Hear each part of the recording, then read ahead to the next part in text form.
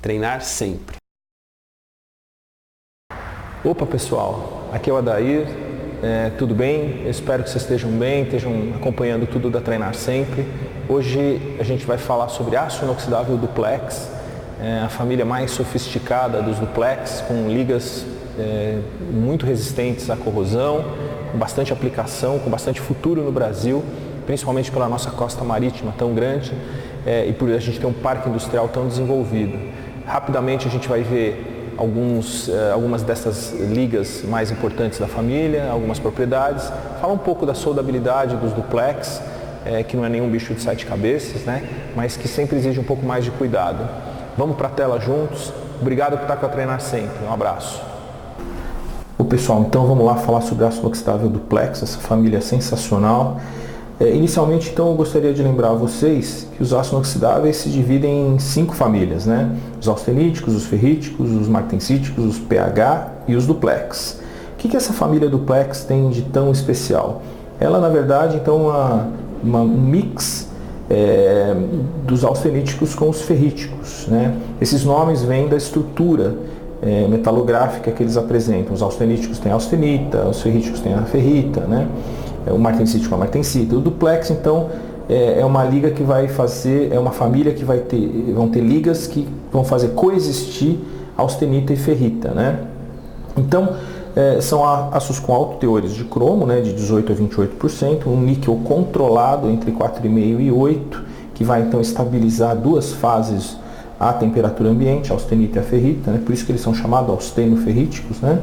O molibdênio sempre com teores altos, né? Lembrando que o molibdênio com 2,5% a 5% é considerado alto para metalurgia, né? numa liga inoxidável. E outros elementos são adicionados que vão dar uma série de propriedades importantes, como nitrogênio, cobre, cobalto, etc. Tá? Bom, o que é muito incrível, né, nos aços inoxidáveis duplex é que a sua estrutura metalográfica possui tanto ferrita quanto a austenita em temperatura ambiente, né?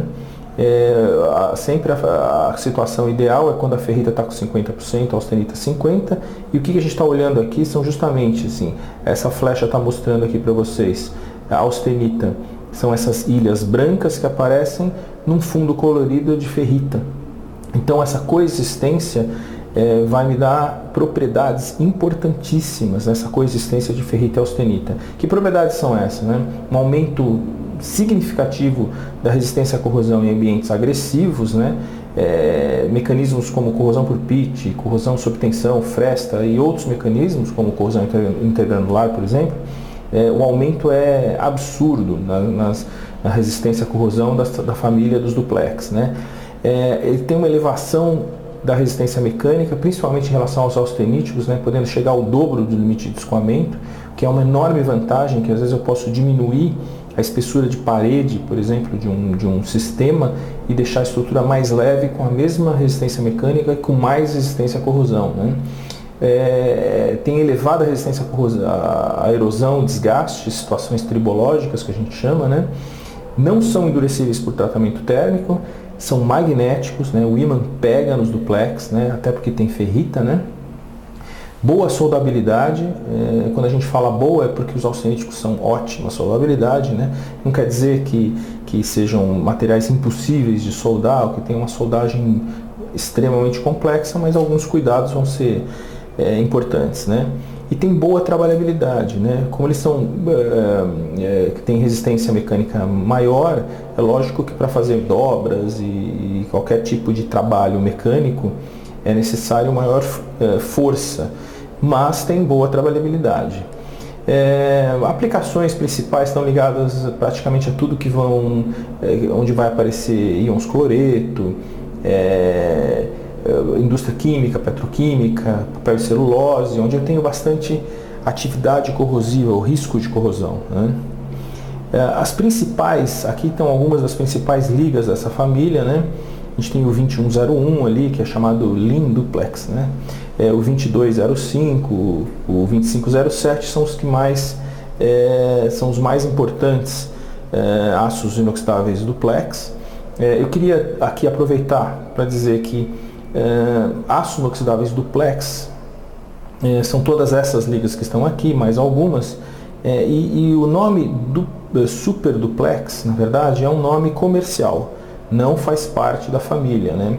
Do ponto de vista técnico, não existe uma liga Super Duplex, nem agora Hiper Duplex, e são nomes comerciais. É muito importante então lembrar que do ponto de vista técnico, tanto o 2205, 2507 ou 2707 são ligas duplex.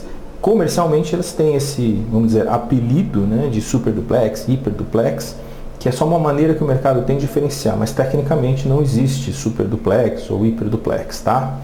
Essas duas ligas são as ligas mais famosas, né? O 22 indica que tem 22 de cromo mais ou menos em média e 5 de níquel. O 2507 indica 25 de cromo e 7 de níquel em média, tá? Legal, vamos falar um pouco sobre a soldabilidade dessas ligas, né? Que é um tema sempre recorrente, né? Mas antes de falar, eu queria dizer o seguinte: quando a gente fala em ácido inoxidável duplex, quando a gente fala em resfriamento, seja em tratamento térmico ou seja em solda, eu tenho que pensar numa balança. O mais importante e primordial para essa família é a gente controlar, ter bastante equilíbrio na velocidade de resfriamento de uma solda, ou seja, de um tratamento térmico. Caso eu tenha um resfriamento muito lento, fases intermetálicas indesejáveis se formam. Vou dar um exemplo aqui, né? Na faixa entre 700 e 980 graus, eu tenho a formação de fases intermetálicas indesejáveis que eu tenho que evitar quando eu estou tratando ou soldando ácido inoxidável duplex. Quando eu solidifico, né, ou tenho uma velocidade de resfriamento muito alta, eu tenho um problema no balanço austenita-ferrita, né? Os duplex eles se aproveitam demais do fator, eles estão potencializados quando eles têm um equilíbrio entre 50 e 50 de austenita e ferrita. Só que quando eu resfrio muito rápido, eu tenho um desbalanço com predominância da ferrita. A ferrita tende sempre a prevalecer. E eu comprei um ácido inoxidável duplex, e se eu estou com a estrutura dela ferrítica, ele não é mais duplex, ele só é ferrita e tem uma resistência menor à corrosão, por exemplo. Então é importante sempre pensar numa balança que tenha um resfriamento que não seja nem muito rápido nem muito lento. Esse é o grande segredo, inclusive, da soldabilidade do ácido inoxidável duplex, né?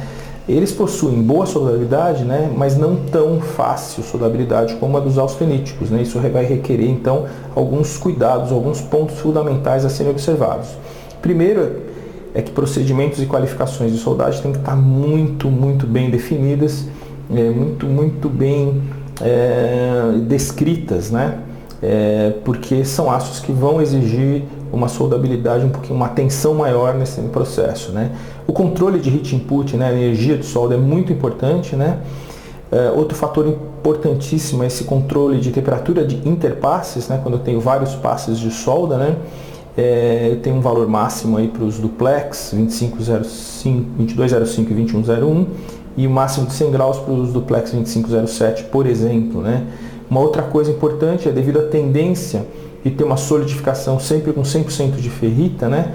O metal de adição normalmente tem que apresentar alto níquel, né? Que é um elemento que tende a formar austenita. Então eu tento balancear um pouco da austenita e ferrita utilizando eletrodos também especiais. Então a seleção do consumível tem que ser bem criteriosa, né? Com essas dicas aqui a gente já começa a entender que solda-se bem ácido inoxidável duplex, mas eu tenho que ter alguns cuidados sempre, né? Para terminar, eu queria mostrar aqui para vocês, né, uma foto de uma solda em ácido inoxidável duplex e uma típica estrutura pós-solda, né, mostrando zona fundida, né, zona termicamente afetada e metal base aqui de um ácido inoxidável duplex. Uma família que tem muito, muito campo no Brasil. Espero que vocês tenham gostado. Continuem com a Treinar Sempre e vamos em frente, gente. Um abraço.